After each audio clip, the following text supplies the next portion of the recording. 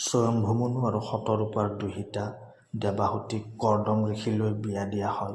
আজি আমাৰ গৃহত ভাগৱত কথা, কৃষ্ণ কথা চলি আছে।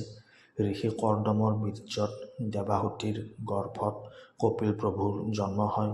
কপিল অৱতাৰে জন্ম লৈ মাতৃ দেৱাহুতিক সকাম ভকতি, নিষ্কাম ভকতি সম্পৰ্কে নিজ মুখে ব্যক্ত কৰে। বৰ ভাল লাগে কাহিনীবোৰ শুনি। আজি আমাৰ ছোৱালীৰ জন্মদিন উপলক্ষে ভাগৱত পাঠ কৰা হৈছে। পাঠ কৰিছে দৈৱ ডেকাই। খোৱা লোৱাৰো অকণমান ব্যৱস্থা কৰা হৈছে।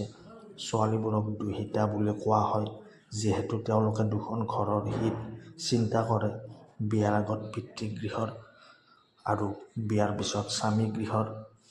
আমাৰ গাঁৱৰ ভাগৱত পাঠ অনুষ্ঠানত মনোজ শৰ্মাদেৱে আহিছিল বন্তি প্ৰজ্বলন কৰিবলৈ।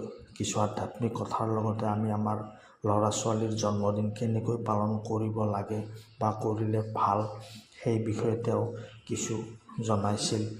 কেকত নাম লিখি যে টুকুৰা টুকুৰিকৈ কাটি গালে মুখে সানি খোৱাটো আমাৰ সংস্কৃতি নহয়। এইবেলি আমিও কেক অনাৰ পৰা বিৰত আছোঁ। তেওঁৰ কথাখিনি বৰ ভাল লাগিছে।